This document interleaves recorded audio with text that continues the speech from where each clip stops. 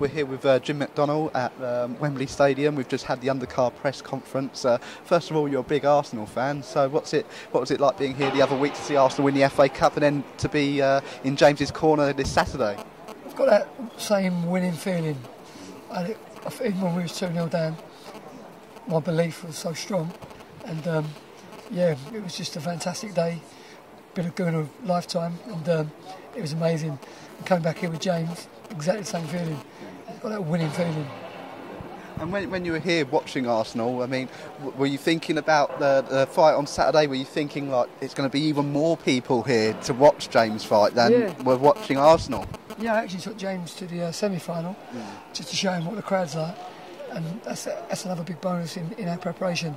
You know, James has boxed at West Ham on a stadium. James has boxed in 8 12-round contests, and he's been to Wembley and seen what he's seen. You know, Brandon Gonzales is in his first 12-rounder.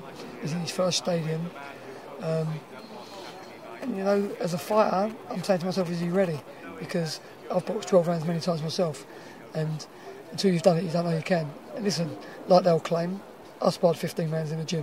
When you've got little gloves on and 80,000 people, different ball game.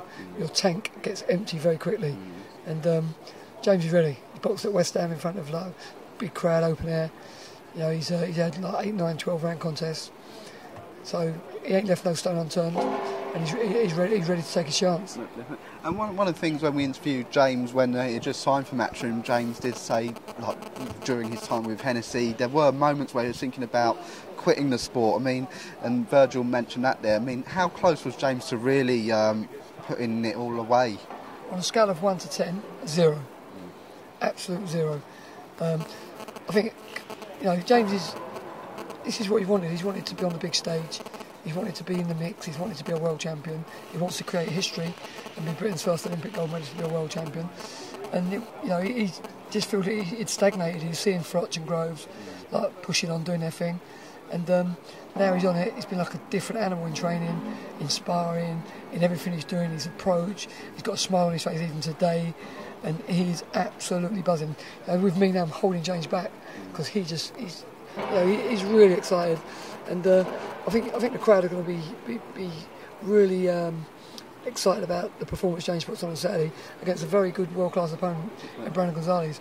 You know, he's a good fighter, he's well schooled, he's got everything apart from experience over 12 rounds, and I think that's going to be a big plus for James when the bell rings. And unless you've done it, and I've done it, and I don't know if his coach has, but it's something that he needs to be very wary of in a fight, because they'll try and disguise it, they're not worried about it until you get in there. It's a long time. Yeah, no, definitely. And you've mentioned James Brandon Gonzales. It's obviously eliminator for the winner of Froch and Groves. I mean, how do you see that main event going? And do you think that's the route James will go down in the end, or do you, Sakio Bika was at the training day yesterday in Westfield? Do you think James could go down another route? Yeah, I mean, at one stage, Sakio Bika was a prime target. James was manager of the WBC. And you know, he's in an IBF final eliminator because he's signed very earned, and this is the route that's chosen. And like looking where we're standing today, and the big fights and the magnitude of it all, so on and so forth. You know, it's an exciting path, and it's the path that we will follow if that's the path that's mapped out. You know, fighting the winner of Froch Groves would be absolutely perfect. And if it is a winner of Froch Groves, James goes down there, maybe it could be staged here again. It would be another big domestic clash. Yeah, I don't see why not. I mean, the first DeGale Groves fight was at the O2, and that was a massive event in itself. And they're both real novices as pros then. Both have come on in leagues and bands since then. And, you know, it would be a massive fight if George won a world title.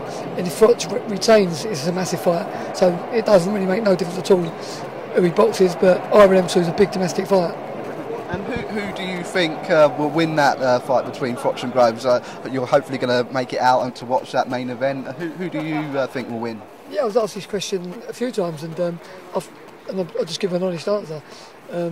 People say it's a 50-50 fight, and it is a 50-50 fight. In my mind, it's a different fight. It's a fight of two halves. If anyone wins inside 6 rounds, I fancy George. He's younger, faster, sharper, good punches. Dropped Carl in the last fight, didn't finish the job, but Carl's a warrior, Carl's a 12-round fighter, and yeah, I think he's shown it.